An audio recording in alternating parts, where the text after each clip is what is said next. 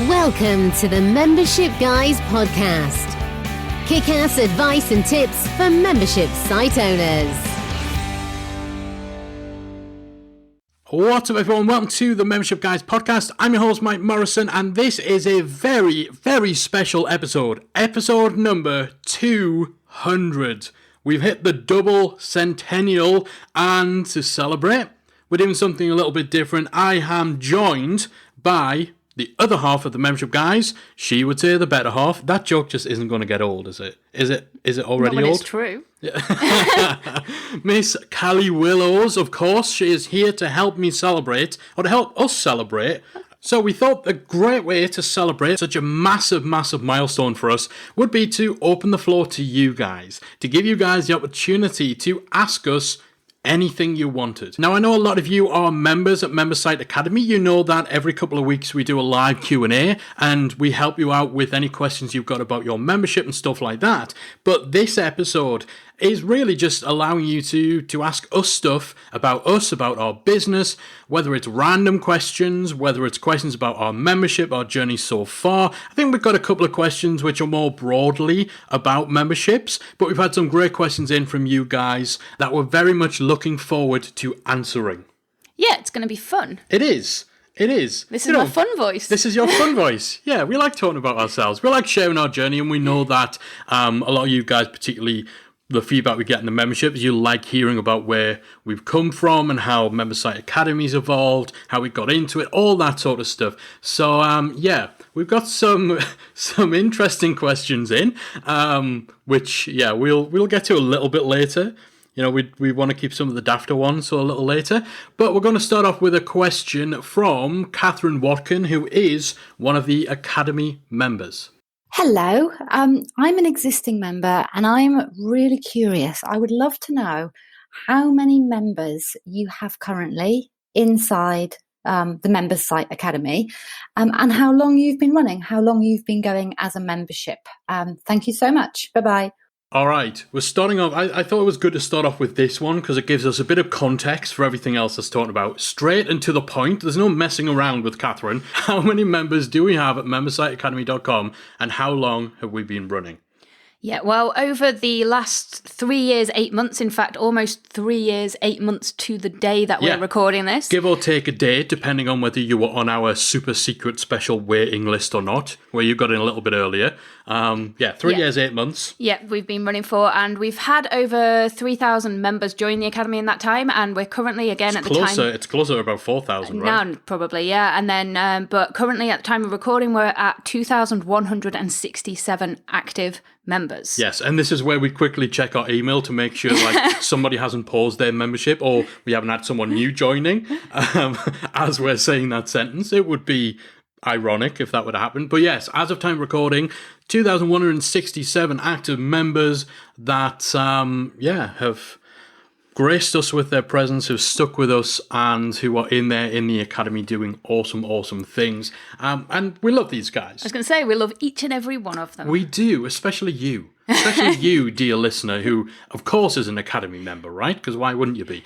It's actually crazy saying that. It's 3 years, 8 months, so it's almost 4 years. Like, that has just flown past. It really has, yeah. It really, really has. So much has happened, so much has changed. And like we say, we've had, about 3,500 to 4,000 people come through our doors since then. And, it's been a fun time. That's a lot of membership sites out in the world. That is a heck of a lot of memberships out in the world. So thank you, Catherine, for your question. Next question actually comes from Instagram. So we opened this up. We got hip. We got it on the gram. Right, as nobody says. It's the only time the word hip has ever been used in reference to us before. Other than, ow, my hip hurts. How did I get so old? We've got a question from Brendan Schneider on Instagram.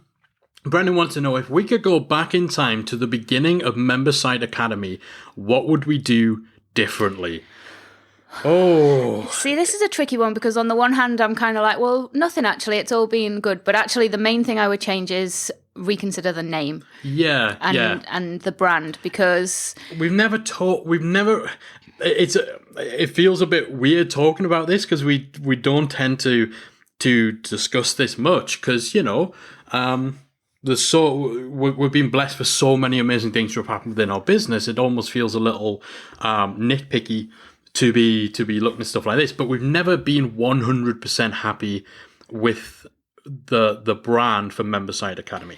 Yeah, and it was a very last minute thing as well, because while we were planning, while we were creating things, we were referring to it as Membership Academy. Yeah. But there already is a Membership Academy that isn't, it's an old site, Yes. but it's still out there. So at the last minute, we decided we probably didn't want to go with that, and we'd go with Member Site Academy instead. Yeah, and the thing is, we had membershipacademy.co.uk, and so we'd kind of decided, because at the time our business was UK based, the vast majority of the people in our social networks, our connections, were in the UK. Our agency was UK based.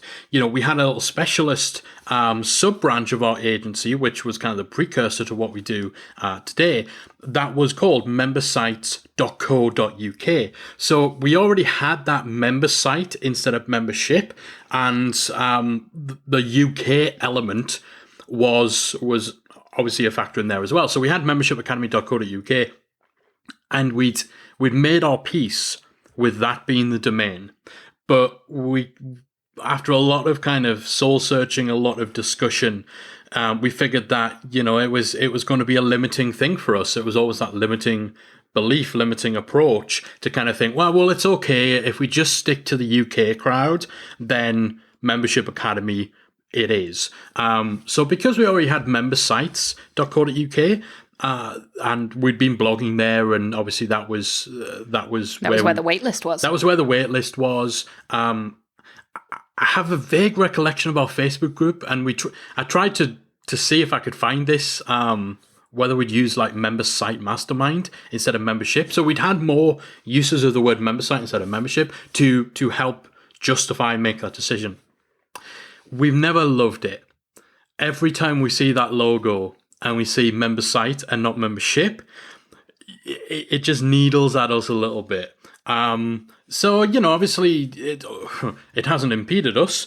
As we've said, we've had thousands of people join us, and thousands of people stay.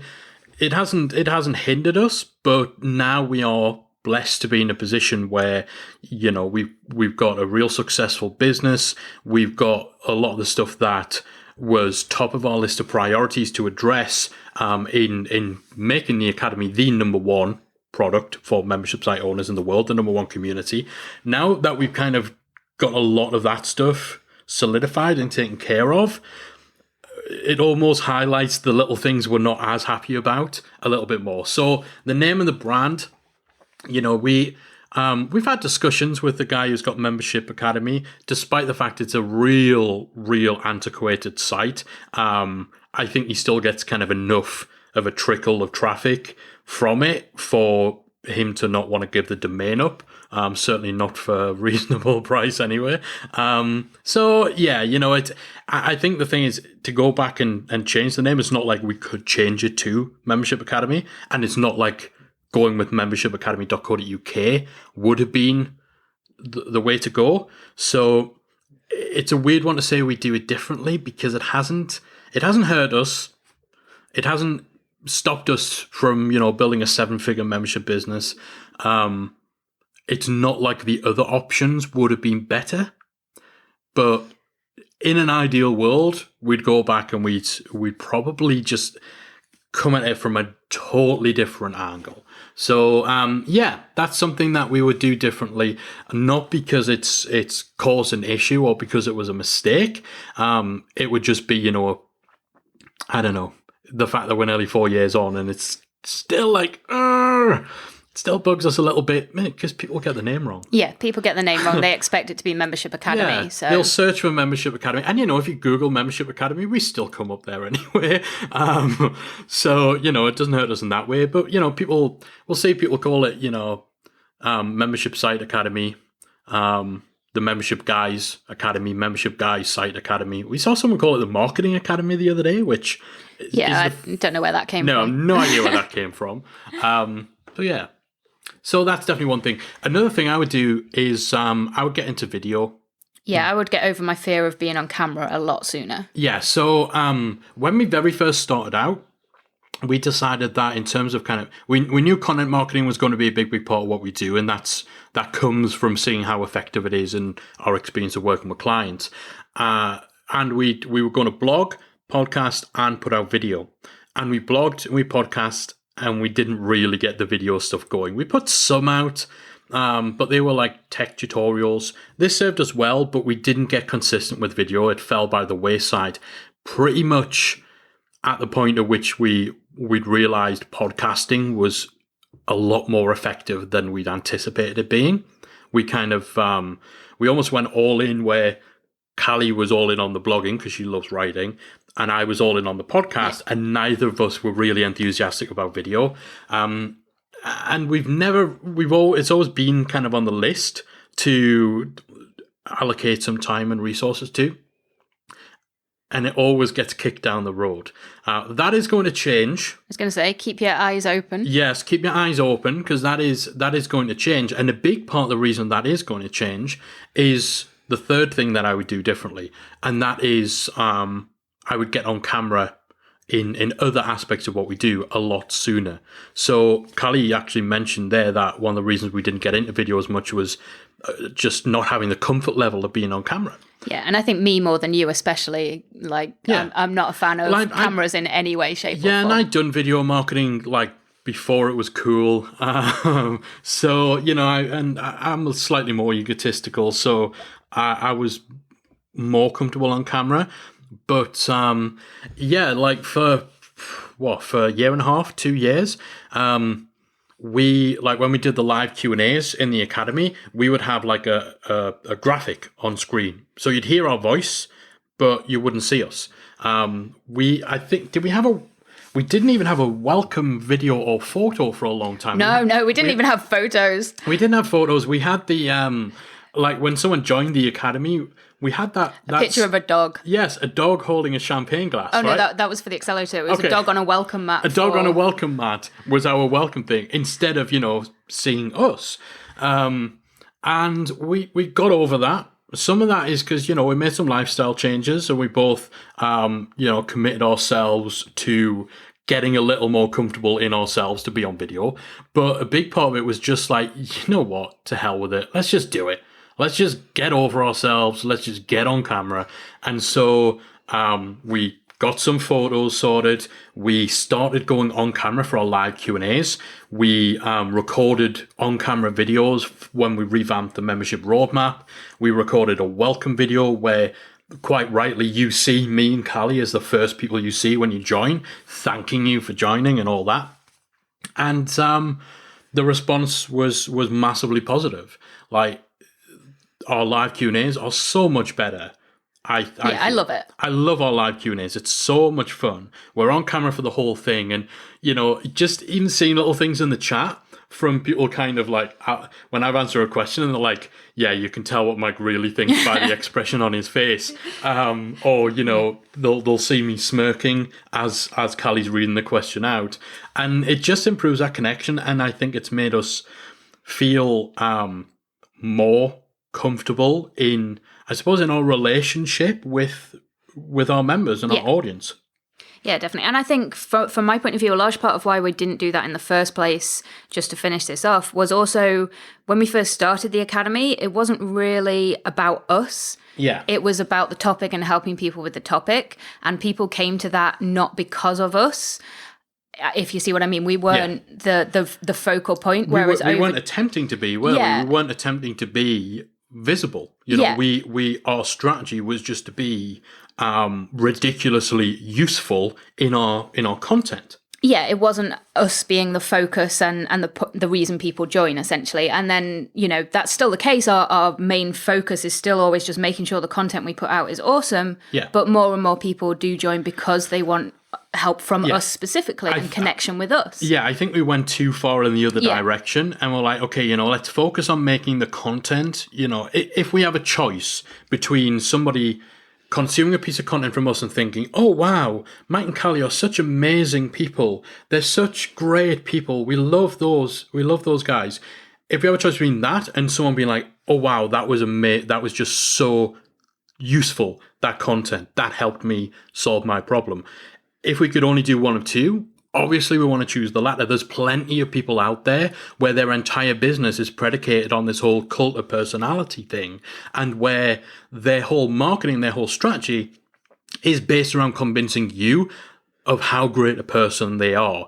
And, you know, there's almost playbooks for how to do that kind of marketing out there. That's not the angle we wanted to go. But in trying to avoid that, we definitely overcorrected. And we underestimated how important it was for our voice to be heard and for that connection to be made and for us to be on camera. And so correcting that has, I think, really added an extra dimension to everything that we do. And it's something we're going to go even further in. But, you know, we would have done that earlier. And, we still get people that join the Academy. They don't know who we are. They join it because they've heard by reputation how awesome it is. Or because, you know, it's the most comprehensive and it's all... you guys know. It's... It's ridiculous just how good the Academy is. Not that I'm biased. I was going to say, but you know, we get people join for very practical reasons. They have a problem. We have a solution. That's it. It's as simple as that. But we, you know, I think people who consume our content, we're getting more and more people over the years saying, you know, I joined because I like your approach. I joined because, you know, you're a good antithesis to the sleazy internet marketing stuff, or the way you conduct yourselves, integrity, all that sort of stuff. Or British straightforwardness. Yeah. So, you know, the personality thing is a big thing. So we would definitely get on camera more. And as the months and years progress, it's something that we're making more of a concerted effort to do. And like I say, this ties into putting out more video marketing, which is something we'll be doing in the coming weeks, months, years. Spoiler! I was going to say, go ahead and subscribe to the membership guys on YouTube, and you may see us soon. Although I do find it funny. We get a lot of members from YouTube. We get so many members from YouTube. Now, our YouTube channel primarily consists of audiograms of our podcast. Now, our podcast is awesome, but the notion of listening to podcasts on YouTube is still alien to me. I know some people do it, but we've got over 1,000 subscribers on a YouTube channel that we've given very, very little love to, very little attention. So, our YouTube channel is going to kick it up a notch in the coming weeks and months. So, yeah. Anyway, that was a long answer to a short question, but thank you, Brendan. It's always interesting to think about these things. So, yeah. All right, next question comes from the Academy Forum. This is from Linda Basso, who wants us to talk about the early days of Membersite Academy. Any fears or any doubts that we had, whether we thought it would work, any crazy blunders or mistakes that we made, and any other thoughts about that beginning stage of our membership journey. We've addressed some of these in Brennan's question, but yeah, this is a good question, Linda. Yeah, I think with anything like this, you're always going to have that niggle about, what if this all goes wrong? What if it doesn't work? What if we don't get enough members and things like that? I think we had the benefit of, because we'd been working with membership sites. For years. Yeah, for years. We knew a lot of the best things to do. So we were fairly confident that what we were going to do would work. It was more to what degree would it work? Yeah, and how would it change other aspects of our business? Remembering we were oversubscribed in our agency. Like, we'd already got to a point where, you know, with every couple of months, our hourly rate was going up and our client base was becoming more and more selective because we had an awesome track record. We had an awesome kind of list of very big multinational companies we'd worked with. We were highly in demand. And so, you know, any sane person might look at that and think, why in the world would you start a membership and go into the unknown? Like, just keep on doing what you do and reaping the benefits of how well the agency was doing, right? Yeah, and I think, as Mike said, there was that issue of how would it fit with the agency? Would we have time for both? Would it impact on what we were doing? But also, I think for me personally, my biggest fear stroke doubt was, would I want to keep doing this month after month? Would I be happy continually creating content and showing up for this membership month after month? Because until then, we hadn't necessarily had that kind of routine in our business. Yeah, it was a pattern interrupt. Yeah. You know, and I think certainly in those early days when we were still doing both, there were, you know, if you tried to switch from, okay, we'll do like 3 hours on this client project, and then we're going to do some membership stuff. It was such a whiplash effect in terms of the type of work you were doing, the mental place you needed to be in to kind of be in the zone. So that was a little bit of a weird time, those first few months. Yeah, and I think, fortunately, I love the membership. I love being able to show up every day. I love being able to create content every month. So yeah, we're nearly 4 years in now and still happy doing it. Can't see it changing. Really want to carry on doing it for another 4 years. Yeah, and that's one of the big things the question that we tell people to ask themselves when they're considering starting a membership is, if you picture the scenario 10 years down the line and your day to day, literally all you do is answer questions about this topic, is create content about this topic, talk about this topic, do interviews about it. Does that sound like your idea of heaven, or does it sound like your idea of hell?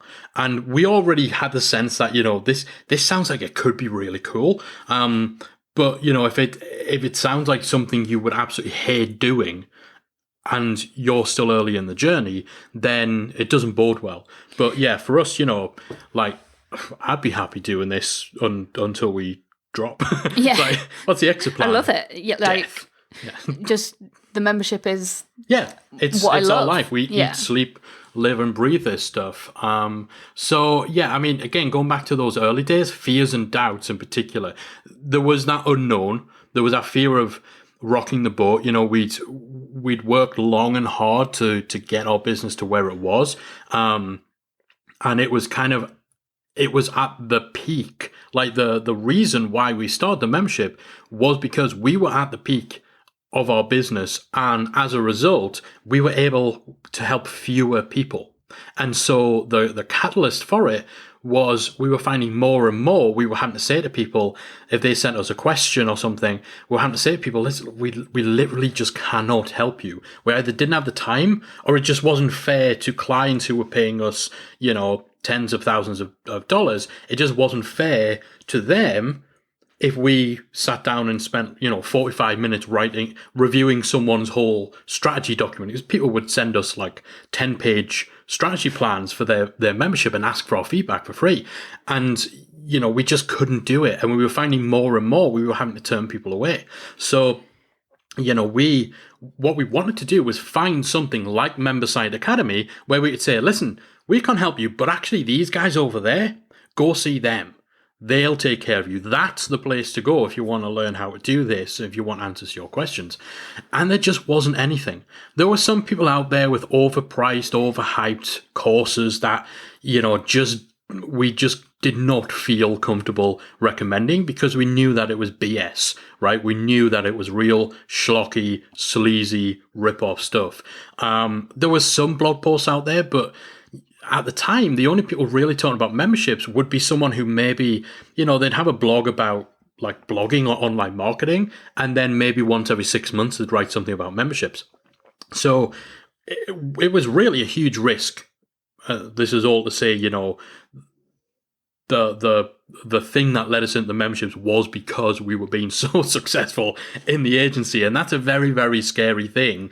A very scary situation to rock that boat, and there's every chance it could have gone wrong. Yeah, and I think for me, the biggest fear and anxiety was actually when the academy started taking off and we made that decision that actually we're going to go all in on this and we're going to stop doing client work, because at that point, as Mike said, the agency business was successful. So let's be honest, we were making pretty good money. And to a lot of people, to switch from charging thousands to charging $49 for a membership. It was $39 at the time. Yeah, it was $39 at the time. It was early days. Was a little bit crazy. And when we made that decision to kind of stop the agency work and just go all in on the membership, a lot of people did think we were crazy. They did. And also because it happened so quickly. So as Callie said, we didn't really, the biggest unknown was how it would affect what was at the time our core business. Like we knew there were certain different ways it could go. We didn't have much of an audience at all. We didn't have an audience because we'd been focusing on the service business. Like all of our business was coming from word of mouth. And so even people who were on our email list or people who were in our network, they were in our network because what they wanted was to pay someone tens of thousands of dollars to just do all this for them. So they weren't the market for a $40 or $50 a month membership. So we were starting from nothing in terms of audience. And, you know, so for us, there were so many variables. We didn't know whether the most we could expect would be that this would be a nice little side project that maybe was the first step in a funnel that led to us getting clients. So maybe it would just be something we use for lead generation. Maybe it'd be something that, you know, we had a free level to that again was just about getting people into our ecosystem. And then maybe we do high ticket retreats or high ticket courses and stuff like that. So that was one possible way it could have went. The other way is it might have ended up 50-50, you know, and it wasn't kind of just one small part that was a side thing. Maybe, you know, it could have been something where the end result was we balance it. What we had a hunch that it would go so well. I mean, this is what we do, right? That it would go well enough so that eventually we would be in a position to consider winding down the client work and focusing just on this. But we thought the timeline for that would be minimum a year. So we kind of gave ourselves 6 months in which we'd said, listen, let's not overthink it. Let's not worry too much about how year 10 looks. Let's just let it kind of roll out organically.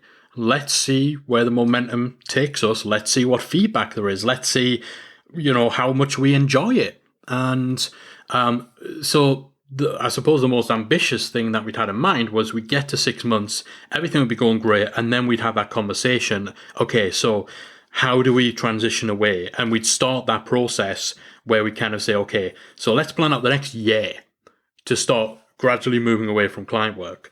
So we thought 12 to 18 months, most optimistic outlook, we would wind down the agency and we'd focus on the membership full time. Happened a little bit quicker than that. Yeah, I think by the Christmas, so we opened the end of August, and by Christmas we were, well, me personally, I loved the membership so much. Yeah. I just wanted to be all in on it, and it was growing quicker than we'd expected. And yeah, I think we both just realized that this was what we wanted to do. This was our zone of genius, so to speak. It was like, okay, yeah, like this isn't a case of let's get the 6 months and have a conversation about how we might transition. This was like, the membership was almost forcing itself upon us. It was like, okay, no, we're 3 months in. This is happening, right? This is how it's worked out organically. And so we still had existing clients, not too many, because again, as we said, we had got to a point where we were just working with a small clutch of retainers, mostly. Yeah, you like lucrative retainers with a very selective small group of clients at that point. But we had a few projects that were set to begin, and that I think around about that Christmas should have already started. So we set a deadline. We decided, there's a whole kind of process of this. I won't go into it, but we essentially had like staggered deadlines of when we'd stop taking on clients and when we'd stop with existing clients, based on how long we'd work with them, how much money there was in them, that sort of stuff. And there were a few projects that we kind of said, okay, if this project starts by this date, then we'll do the work, we'll get the project done. And they missed that deadline. We told them it, they'd been dragging their heels, they'd changed their minds, they delayed and delayed and delayed. But we'd already received deposits, and we used to take 50% in deposits. So we had a few projects like that. And so I think the biggest, scariest moment, and they say, entrepreneurs are different to like small business owners because they take heavier than usual risks. This is the heaviest risk we'd ever took. We not only had to go to these people and say, listen, we have to cancel your project. Like, it should have started 3 months ago. Had it have started 2 months ago or whenever, we could have done it, but we simply could not begin those projects. It had got so late in the whole timeline that there was no way that we could go all in on the membership with the prospect of these big projects starting at any time. And so we had to give the deposits back.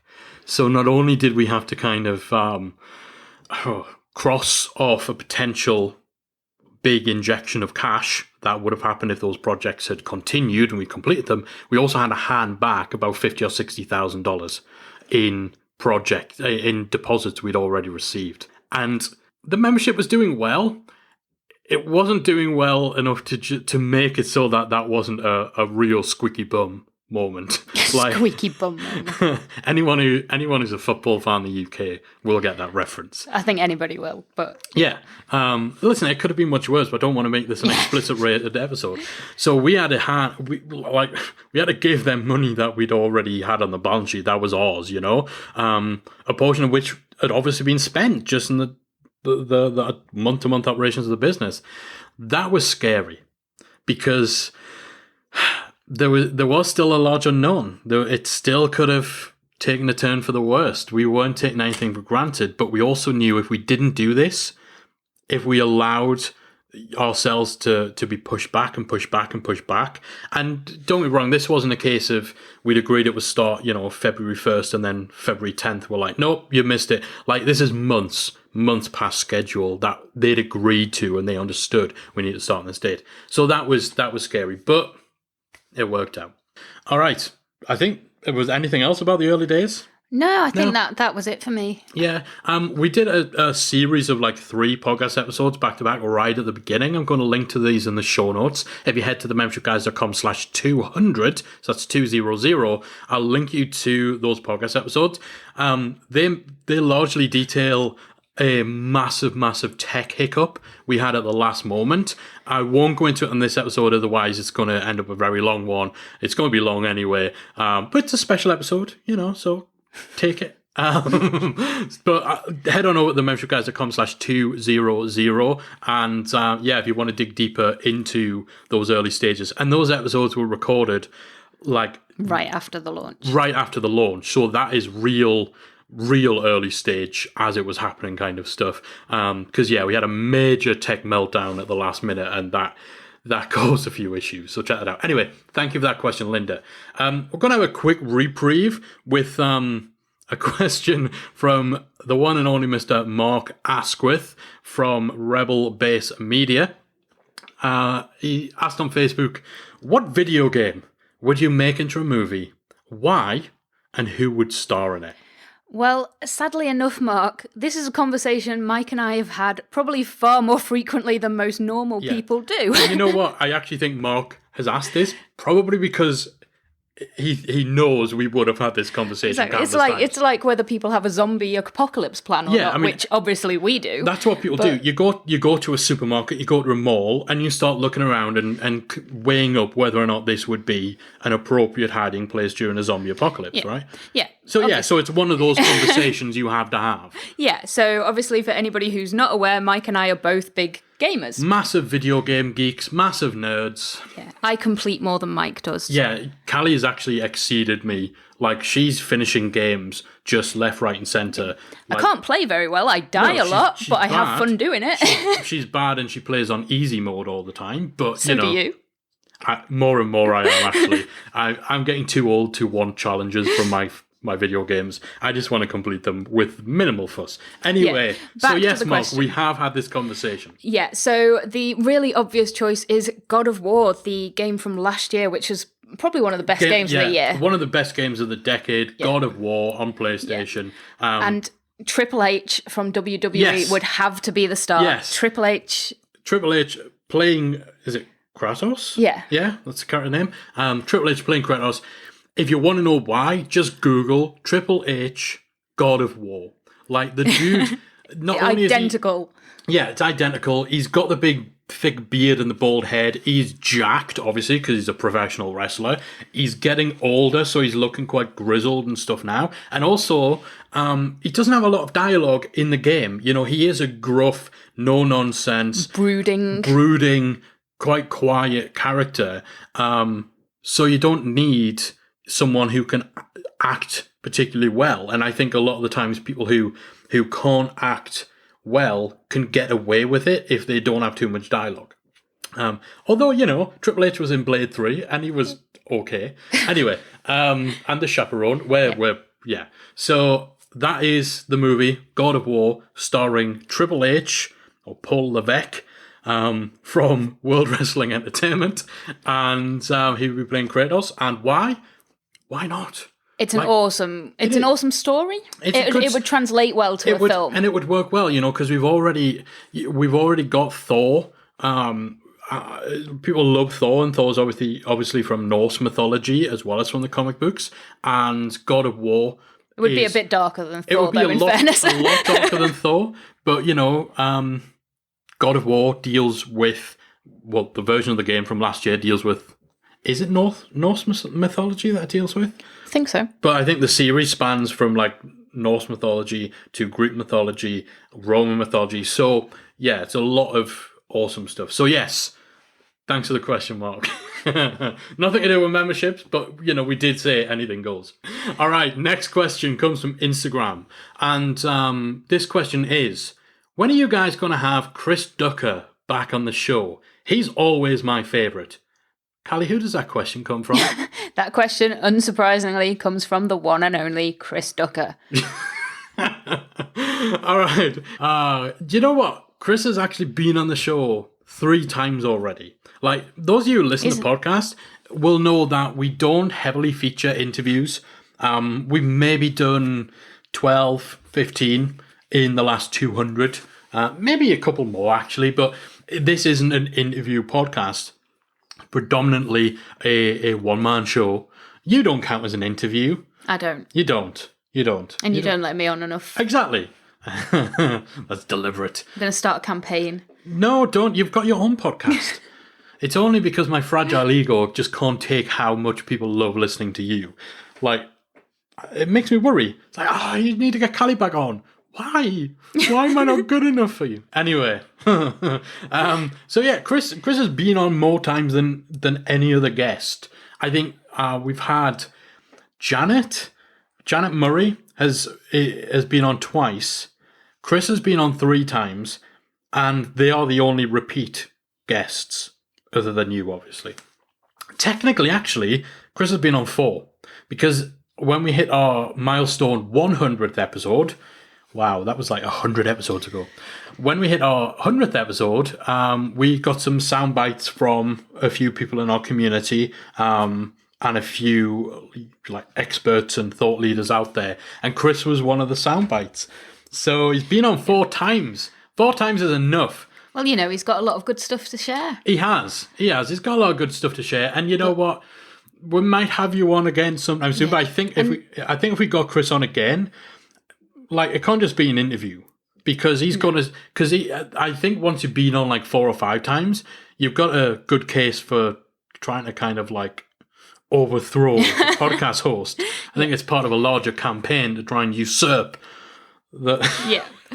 Yeah, obviously. So obviously, you can, however, see Chris at Retain in September, though, if you're coming along. Nice. Do you like what I did there? I like what you did there. I like that you just take my complete absurd rambling and then bring it all back to promoting our conference in September. Yeah, one of us has got to keep our work head on.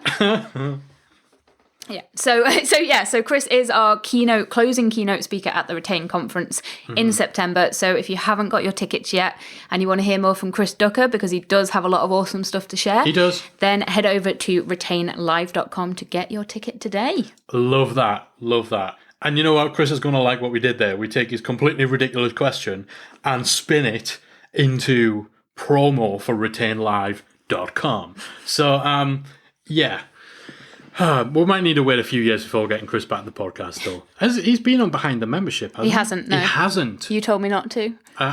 Because he's been on my show so many blooming times. All right, the statute of limitations might have passed now, so we may be able to get Chris on Behind the Membership, the 3rd season of which will be coming soon. Yes, next month. Well, maybe. Let's wait until it's been recorded and edited first. Okay. Yes. You've got to set expectations low so you can then overachieve, right? Okay, anyway, next tip, which I feel is quite timely, is from Chris Badger. Chris is the founder of Lifter LMS, one of the most awesome learning management system plugins for WordPress. And Chris has asked on Facebook, what are some of our tips for working with your spouse?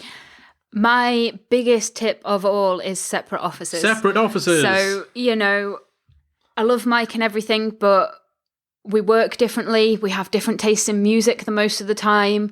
We have different routines, and trying to work in the same office would just drive both of us nuts. It would. So, we actually have a much bigger house than we need just so we can have decent sized separate offices in order to work more effectively. And it's funny.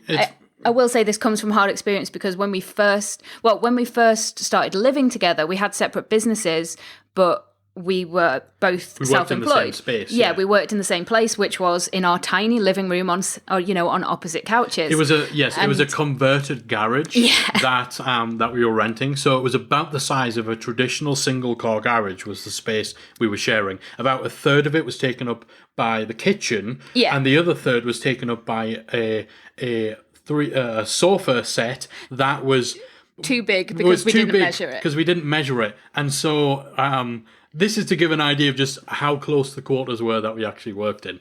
But I think that was good, though, because, we built up a little bit of a tolerance, but also got enough of an idea what it would be working like in a single office room together to know that, it might be better if the next place we move to, we get 2 more bedrooms than we need so that we can work separately. And, we actually, it's not so much now, but the last place we lived, where we were almost as far apart as you could physically get in the house, like, See, I would say we're further apart here because I'm downstairs, you're upstairs. Actually, this is true. Yeah, you're downstairs, kind of in the middle of the house. I'm upstairs, all the way off to the side. So yeah, we put some real distance between ourselves. We've got an Amazon Echo, one of the video ones. Yeah, we call ourselves call each other on Amazon Echo to discuss things. Yeah, on the little video screens. We use Facebook Messenger and stuff like that. So and it makes sense because we do have different working styles. We obviously, when the day is done, because we work at home, we then have to spend the evening and the night and stuff together. And if we were basically in the same room for like 24 hours a day, we would go crazy. Yeah, or more accurately, Callie would go crazy. Yeah. And it's nice because this way, we both do our separate work. We come together and have lunch. And we have meetings and stuff like that. And things like that. We're not just completely antisocial all day, but it does give us that separate space for what we're working on because we both tend to cover different sides of the business. Yeah, and that's the other thing. Is actually, it doesn't necessarily need to be like documented or strictly line drawn down the middle in terms of what each of your duties are and what type of work you each do in the business. But I think having some things that are clearly, this is your remit, this is my remit, this is the type of thing you do. Like these tasks fall into your area, these tasks fall into mine. Having a little bit of a separation of responsibilities makes working separately easier because you're not having to discuss absolutely everything. It also makes decision making quicker because you're not having to get every idea or everything you want to do approved by the other person. If you just kind of decide between yourselves. So the customer support side and the community side of the academy is predominantly Callie's domain. Now that doesn't mean that I just avoid any of it completely. I'm still in the community, still answering questions and this, that, and the other. But the bigger picture of the academy, the day to day, if literally only one of us has 30 minutes to spare in a day, and we need to get in the community, that person would be Callie. All right, that's her domain. There's aspects of our marketing which are our domain. The podcast is obviously our domain. Things like the design of our marketing assets, the graphic stuff, while we've been outsourcing more and more as the team grows, again, that was all traditionally my domain as well. And then obviously we have the bigger picture, the overall strategy. Even I was going to say management of the team.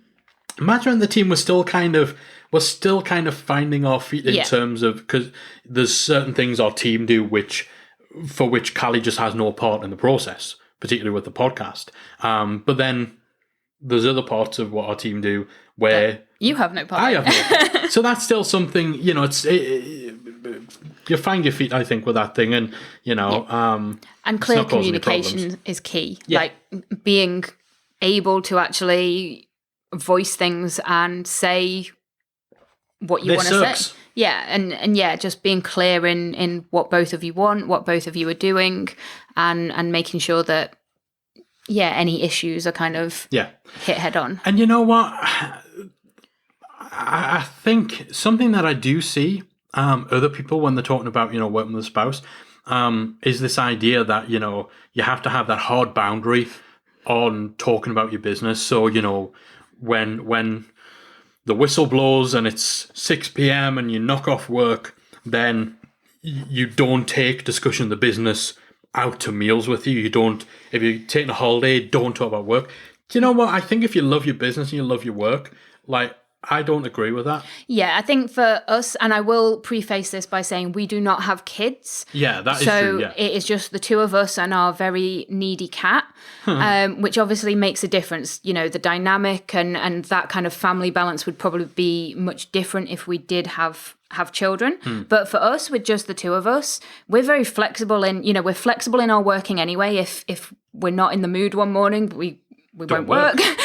We do very much run our business around what works for us. Yeah. But yeah, that division, we've never been very good at that, but that works for us too. Most of our best business meetings, we're both night owls. Most of our best business meetings are at 1 o'clock in the morning. Genuinely. Honestly. Yeah, that's not even an exaggeration or anything. There have been countless times where we've just had major breakthroughs in strategy, or some of the most important discussions in our business is we've just crawled into bed and we just get talking, and we get talking for like half an hour, and then it's like, okay, let's make a coffee and let's roll with this. Because if you kind of put a pin in it and wait till the next morning, then the momentum's gone, the inspiration's gone. Now, some of you will be shaking your heads at that, but the point of it is find what works for you, for your lifestyle. The reason I brought up the kind of having the boundaries is sometimes you'll hear someone say, if you don't do this, then it's going to cause problems.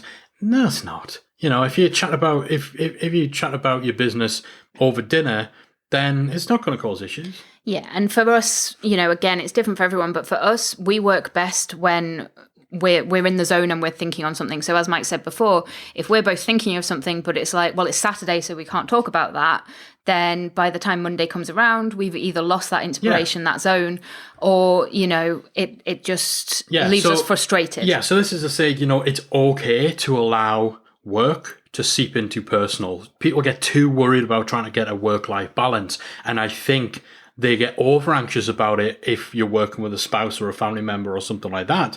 They feel even more pressure to have a clearly distinguished, definitive work-life balance. I think it's a myth. It's if you love what you do and you do what you love and all that, then it blurs, and it blends. And it's okay if the work stuff blends over into the personal stuff.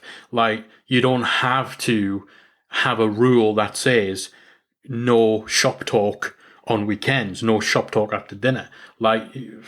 So don't ignore a lot of what people say that, and ignore that nagging feeling of, we need to find a way of separating work from life. When you work with your partner, your work and your life are blended, no matter what you do about it. So, good question, Chris. Thank you for that. Next question comes from one of our Academy members. Take it away, April.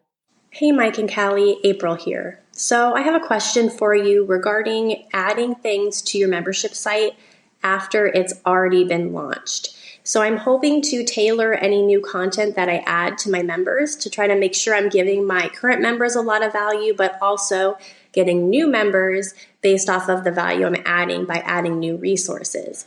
And you both seem to be really good at doing this in the Member Site Academy. It seems like you have everything I could possibly need. You've answered so many of my problems that I've had. So I'm thinking that you probably really listen to your subscribers. I just want to know, do you go off of ideas you get from emails from your members? Are you looking at the forums or Facebook groups? Where do you get the ideas of what content to add to the membership site next? And how much content do you try to add each month? Thanks so much for all your help.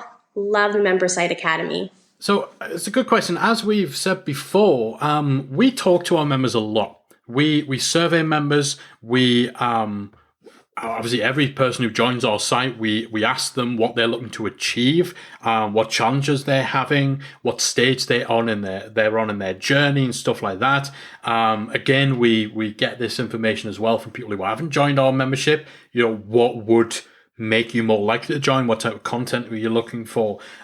So much of our idea generation and how we decide what to prioritize and when does come from that ongoing dialogue that we have with our members and we have with our broader audience. And that's been the case from day one.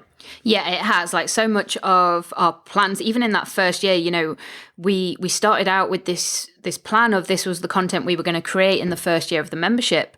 And actually that got thrown up in the air. Like, a lot of that still happened, but also once we started getting members and they were asking for things and stuff, it was actually, well, let's give them what they're asking for, as opposed to this thing that we think they need. So they told us, because you can only, if you're starting out, you can only guess at what the most important things are, because it's not enough to just have a list of ideas.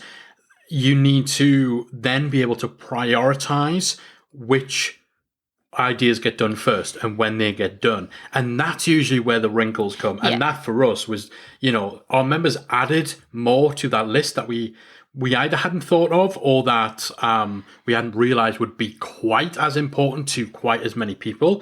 But also, they shuffled around the prioritization. Yeah, there were certain things that we'd thought would come later, which we actually ended up doing, quite early on because members were telling us that was what they wanted and things like that. And even now, like, my approach to content with the membership content I'm talking about here is I like to have a plan. I like to know that, we have content for the next 6, 8, 12 months planned out, what we will do.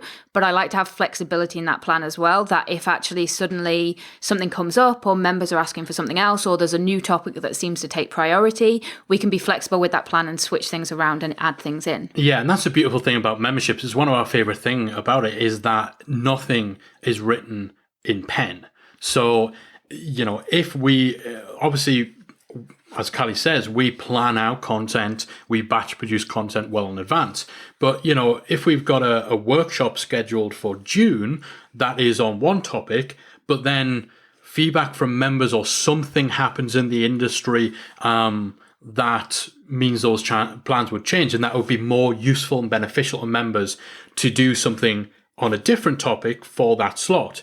Literally the worst case scenario is we have to go back to people and say, okay, we moved this workshop to later. Nobody dies when we do that. It's not even embarrassing for us to have to change those plans, as long as we communicate it and we explain why we do it. If we were planning, we've had situations where we were planning to do courses on certain things, but then we scrapped them because there was just no appetite in our membership. And in a lot of cases, we've just kind of quietly sunsetted those ideas. And guess how many people raised it or asked about it? 0.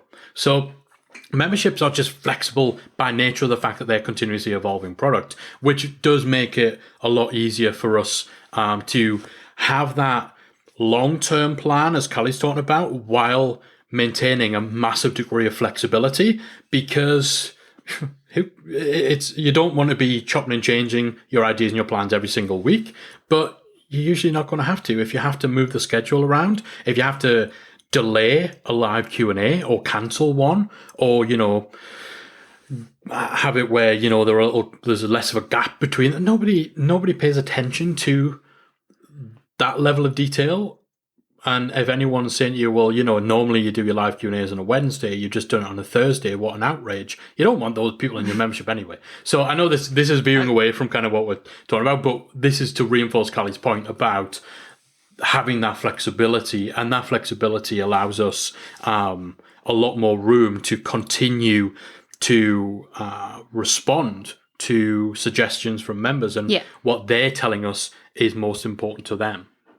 Yeah, so our content is always dictated by our members. Yeah. And, when we started out, as Kai said, we had a list of all the things we would want to cover. We made a determination ourselves, just using our knowledge of the topic of, what is essential for people to have from the get-go. If someone joins like on the day we launch, what is absolutely essential to help them start getting results. So we used that to determine what the initial stuff would be. We had things like the live Q&As to give us an opportunity to fill in any gaps. And then as time went on, we worked our way through that list, and that list changed. It got added to, it got reprioritized based on feedback. But we worked our way through that list, creating the courses that would fill in more of the gaps. And the other thing I'll say there as well is the type of content we've created has changed a little over the years as well, again based on what members are asking for and what members find most effective and the best way to learn. So it's not just the content itself that is dictated by what our members are asking for, but also the way we create and produce that content so as well. things like the quick wins, which are like short, real, specific, usually tech related stuff that doesn't warrant a full course.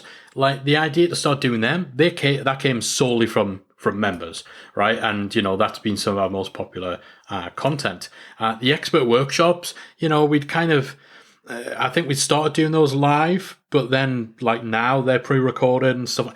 There's just so much room for change, for adaptation based on just paying attention to what members are talking about, asking them for their input, using polls. So we've used polls in our community countless times to I was going to say sometimes it's just to verify that we're on the right track. So we'll put the poll choices out there and then the date will come back. We're like, okay, yeah, we were right about wanting to focus on this thing, so we'll do that. Sometimes we set out the deeper surveys, and again, all this data helps us to plot that out. For the podcast, for the public content, we mostly create that based on questions people ask in our Facebook group or via email. So in the very early days, I've talked about this before, when our Facebook group was still fairly small, and when we were in there a lot more, we would generally, you'd see someone ask a question, I'd go away, record a podcast episode, and then be able to go back and say, funnily enough, I just recorded a podcast episode about this very thing. It's going to be released next week. Here's the link to subscribe. But to answer your question right now, this is what I think. So it was entirely crowdsourced. And to a large degree, it continues to be to this day. It's just we have a much larger crowd. So obviously it comes from the Facebook group, comes from our social channels, comes from our members. They give us the inspiration, the ideas for content to create right across the board. In terms of how much we try to add each month, we always want to make sure there's at least one new thing a month in terms of it's almost hard content versus soft content. So hard content being like courses, workshops, stuff like that. Soft content almost being the live stuff like the Q&As. So our routine with the Academy now is we do 2 live Q&As a month, which are alternate weeks. And we then have, in between them, we release a pre-recorded workshop on a very specific topic. So, for example, May's workshop is on Google Ads. And then we also now add a membership insider each month, which is a behind the scenes of a membership. Yeah, so it's kind of like a walkthrough, a real-time analysis of various memberships. So it's sort of like broken down almost like a course, but it's a very different type of content that caters almost to a different segment of our audience. Yeah. So there's something every week. Yeah. And then there's sporadic. So like when we get like perks and offers and stuff like that from members, when they come in, we add them to the Academy. So that you have that more free-form content that we either create, like quick wins. Someone might ask a real techie question on the forum, and we're like, you know what, that would actually make for a good 10-minute tutorial video. So we'll create it. That goes in the library, and it's ad hoc. So so those are just added as and when. So you have the kind of the best of both worlds. Yeah. So we have our fixed schedule, and then we have our flexible content as well. Yeah, definitely. All right, next question comes from Instagram. It comes from Colin Gray, otherwise known as the podcast host. Colin knows us too well, so his question, again, he knows the answer to this. What is the greatest board game of all time? Now, it's a tricky one, that one. We're geeks. I know, you should get that by now. It's tricky, because if it's a completely unbiased, what do we think is just the greatest board game of all time, then it has to be like Trivial Pursuit or Monopoly or just broadly. But if you're asking what is our favourite board game of all time, Pandemic. I'm Oh, gonna, can't be disagreeing. no, I'm gonna caveat that Pandemic Legacy is the greatest board game of all time. Season 1 and 2. Yes. Okay, so awesome games. Pandemic is a collaborative board game, which is all it's centered around a viral outbreak and you needing to kind of contain that and to stop the world from completely destroying itself. So it is a really, really good game, and it's quite an interesting twist for us first time we played it. The fact that it is collaborative, you've got to work together and you discuss, it's very strategic to handle the end of the world, basically. But then they have Pandemic Legacy, which is kind of you play the game over the series of 12 months in the game's timeline, and each time you play it, things happen, events occur, and the consequences of your actions could very well be permanent. It adjusts the game as you go, so you can only play it through the 12 months once. And then you're done. And then you're done, because pieces of the game, like cards, will get torn up and disposed. The actual board, there'll be changes made to it as you go. So it's so you basically play through 12 rounds or 24. 24 if you're not very good. Yeah, so you get 2 attempts at basically resolving what's going on in each given month. If you fail both, then you move on to the next month, and obviously there are consequences that get carried through. So we're obsessed with it. So and obviously there's a story to it as well, and basically depending on how you do throughout the 12 months, that determines essentially what happens in the end. So the first time we played it through, we thought we were doing real well, didn't we? We thought we were doing real well, and there's points at which you have to make a decision over, okay, we've got these 4 objectives. We only need to complete 2 of them in order to pass and progress on the month. So you choose what to pay attention to and what not to. We chose poorly. And so the ending we got was the second worst ending that was possible in the game. I don't think it was that bad. Well, I mean, we messed everything up. We actually looked at what the other endings could have been, and there were some. I didn't. No, we did. They were all. Yeah, we did badly. We did better with season 2. We did better with season 2. So season 2 picks up a period of time after the end of season 1, and again, you've got 12 months to play, and it's a lot of things have changed and stuff like that. So it is so good. If you're a board game fan, you don't have to be a massive geek. We're not really big board game geeks. We've got a lot, but we're not. Yeah, we're not obsessive. Yeah, or anything. I've literally never played Dungeons and Dragons or anything like that. But Pandemic, I think, is quite accessible. Yeah, it was for very us. Much. It's quite accessible, and it's good for kids as well, I would say. I don't know, I mean, Colin plays it with his little ones. Yeah, but only because his wife won't play it.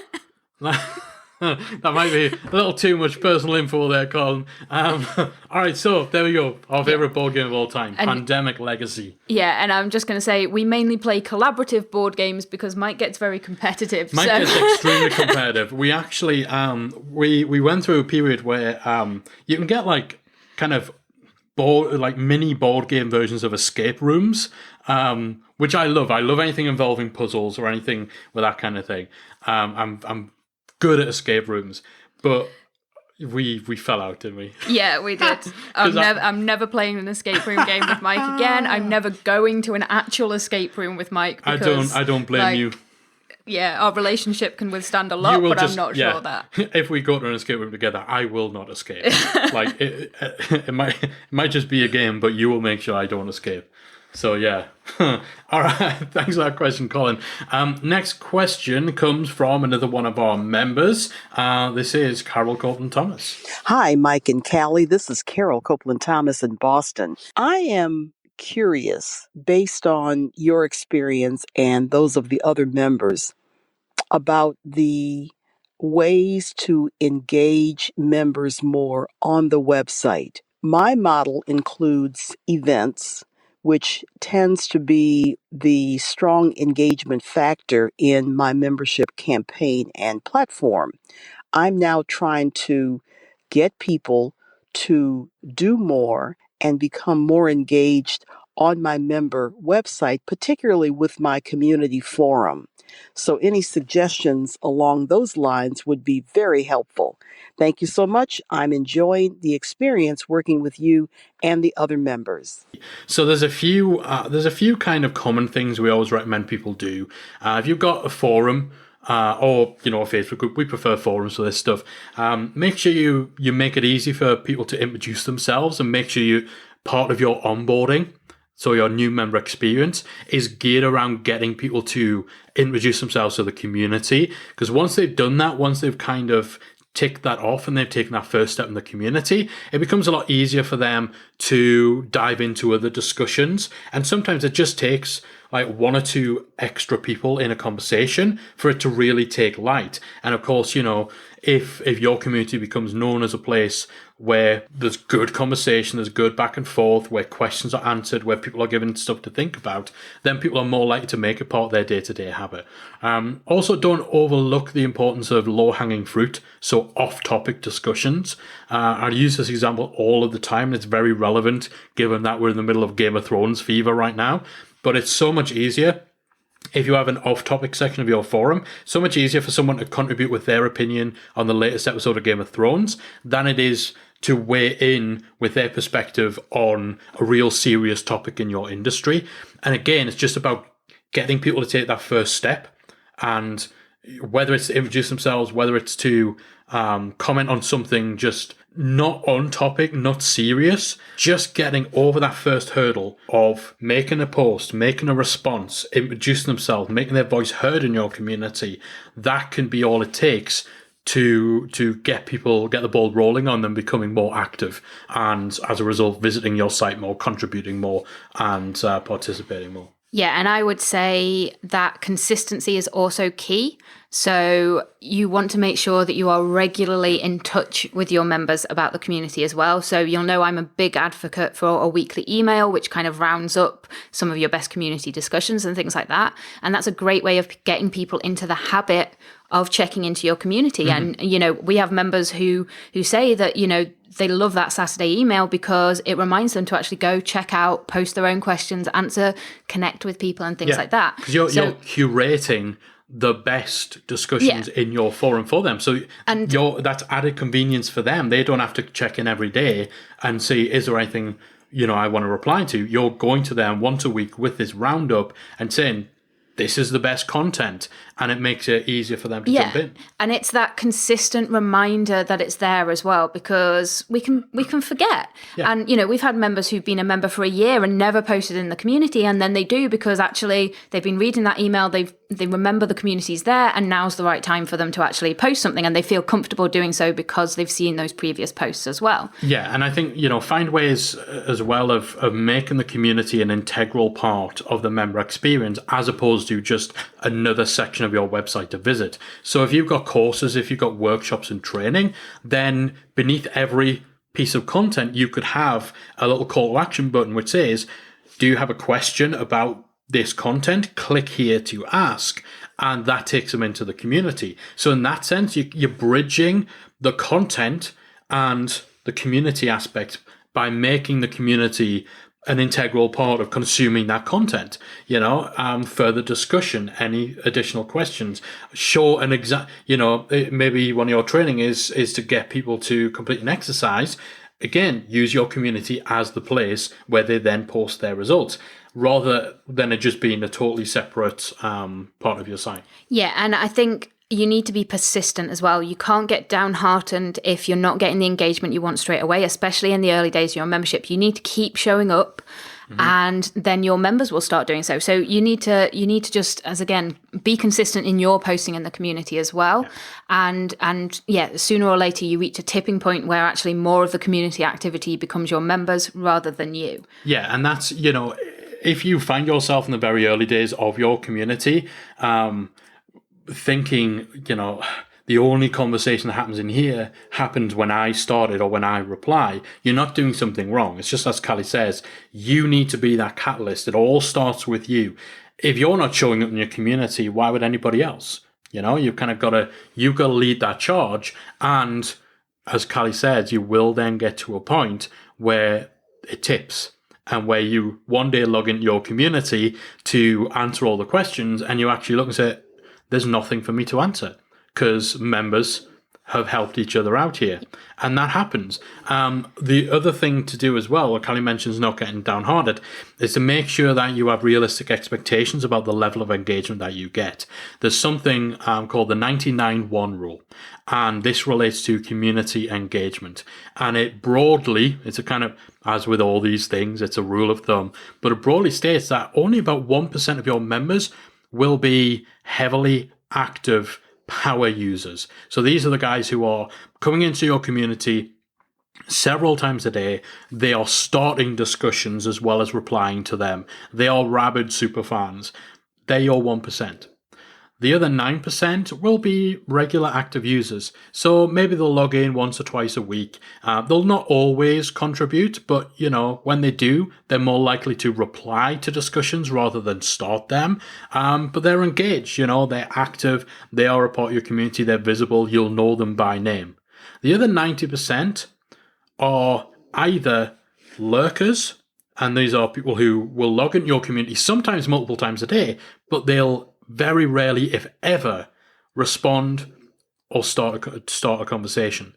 They are there, they are getting value by consuming and reading, and they're perfectly happy doing that, but they're not putting their head above the line and chipping into conversations. And then, of course, a big part of that 90% as well will be people who never visit your forum because they don't feel they need to, because they get their value elsewhere, because they forget, because they're not fans of forums or Facebook groups. And that's fine. Lurkers are still valuable, and you don't have to try and turn that 1% into 50%. Just use this is all really to illustrate the fact that, if you've got 200 members and you're getting worried that not every single one of them is starting a new conversation, you're not doing something wrong. So making sure your expectations are in line with the way communities typically behave. Again, that can save you a lot of stress, because we see cases where people's communities the engagement levels are perfectly fine for the size of community that they have, but they're wasting so much time pulling their hair out, worrying about the fact that, there's still some members who haven't introduced themselves. It's just the way it goes.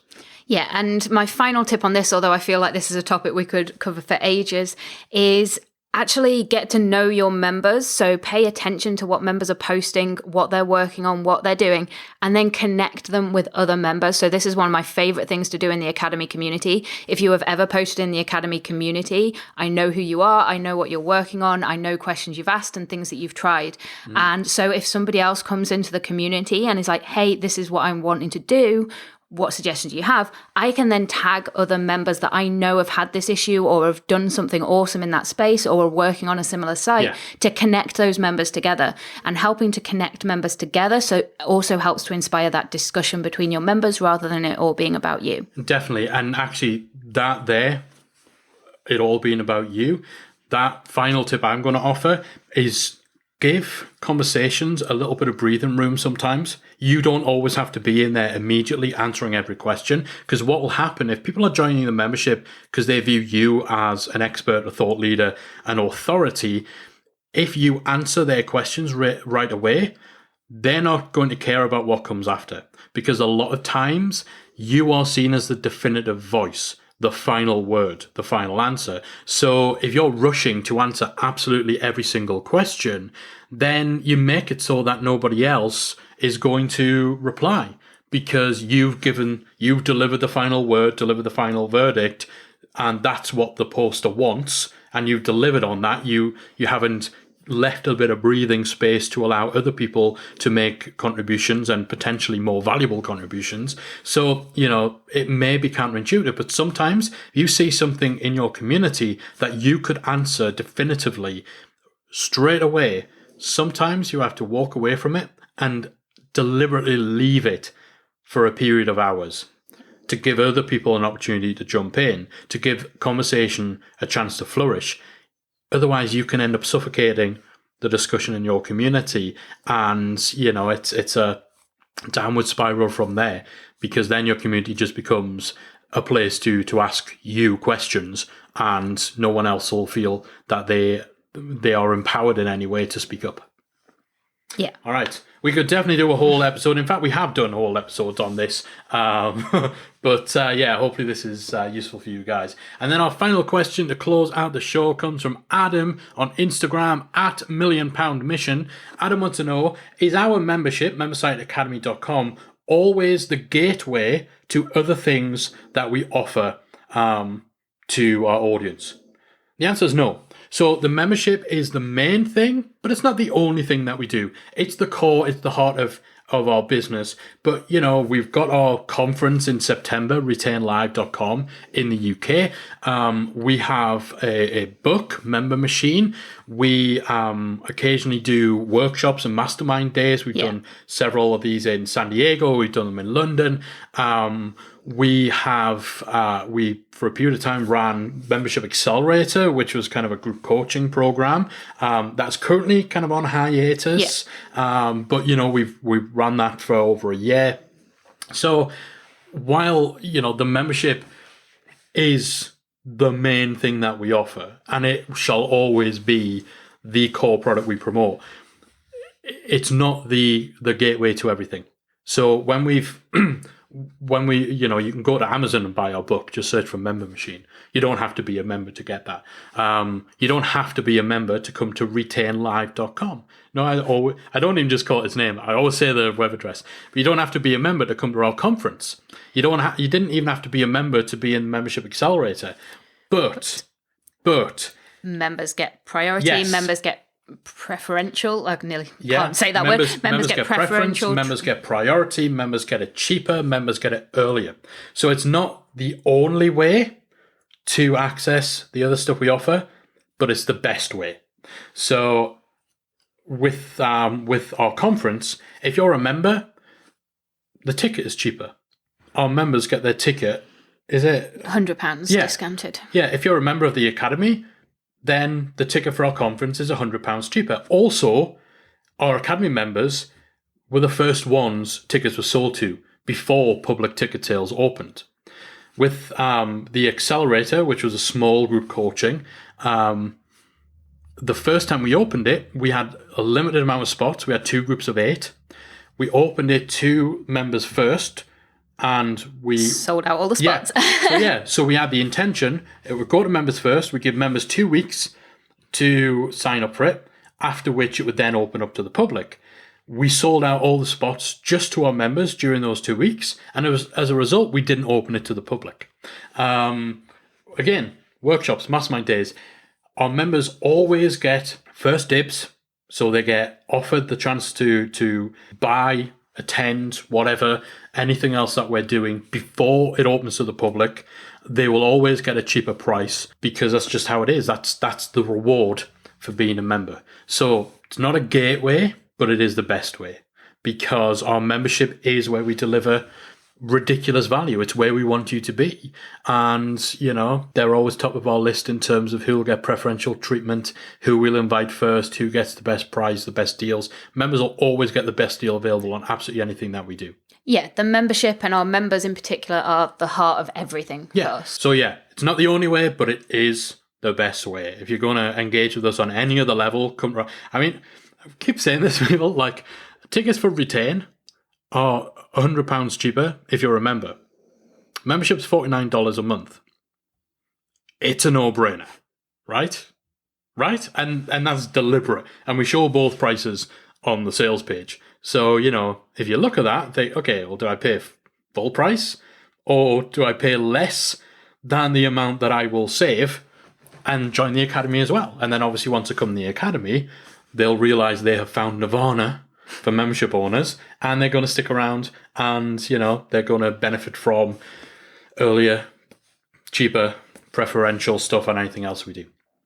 All right, that is it. Now, this has been a long episode, much longer than usual, but hopefully you guys have enjoyed it. We've enjoyed answering your questions, serious ones, daft ones. We don't get as much of a chance to just talk about our own journey. these days. I feel we talked about a lot more in the early stages. So, we always like that little trip down memory lane. It's always good for grounding us and letting us know how far we've come. And we have certainly come a heck of a long way. 200 episodes of the Membership Guys podcast. I want to thank each and every one of you for every episode you ever listened to, all the amazing feedback, every second of your time that you've given to us. Please know that it is truly, truly valued and appreciated. You guys are awesome. Thank you for being with us for 200 awesome episodes of the Membership Guys podcast. Here's to the next 200 episodes. Callie, is there anything you'd like to say before we take this episode home? Before you put me in the cupboard, and don't let me back for another year? Yes. You can come back on episode 300. Thank you. Be gone with you. I'll do a plug for my membership if you're not careful. My membership, my podcast. Your membership. She waits until the 200th episode to let slip her master plan. I get you. I see where this is going. My plan has been foiled. You're darn right it has. But in all seriousness, guys, thank you so much for being a listener on the podcast. I don't get to be on here as much as I would like. How many times are you going to bring that up? But you can hear more from my dulcet tones over at behindthemembership.com as well. You can. We have season 3 of behindthemembership.com coming very, very soon. If you've not discovered and not heard that podcast, I'm actually going to feature one of the best episodes from a previous season of Behind the Membership. That's actually going to be featured on this episode, so you can get a bit of a taste of what Callie's got going on. But these are real deep dive discussions with real membership site owners looking at the ins and outs of their journeys. And the great thing is, it's not just interviewing people who are mega successful or these big names or who've had a total smooth ride.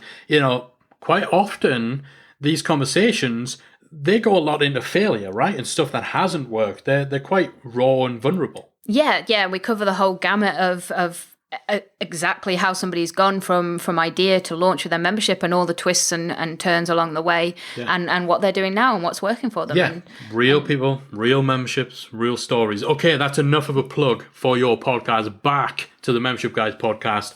Episode 200. Thank you so much. If you are a long-term listener, this is a perfect opportunity for you to let us know if we're doing well for you guys. Hit up the review section of whatever app you use to listen to this show, iTunes, Stitcher, Spotify, wherever you're tuning in from. We would love it if you could leave us a review, hopefully a nice review, hopefully with 5 shiny stars attached. Thank you very much, but we'd love to hear from you. We greatly appreciate it. That is it from us for this milestone episode. I'll be back again next week with another installment of the Membership Guys podcast. If you've enjoyed today's episode of the Membership Guys podcast, we invite you to check out the membersiteacademy.com. The Member Site Academy is the essential resource for anyone at any stage of starting, growing and running a membership website. So whether you're still figuring out what your idea is going to be, or whether your website is already up and running and you're just looking for ways to grow it and attract new members, then the Member Site Academy can help you to get to the next level. With our extensive course library, monthly training, exclusive member-only discounts, perks and tools, and a supportive, active community to help you along the way with feedback, encouragement and advice, the Member Site Academy is the perfect place to be for anyone looking to start, manage and grow a successful membership website. So check it out at membersiteacademy.com.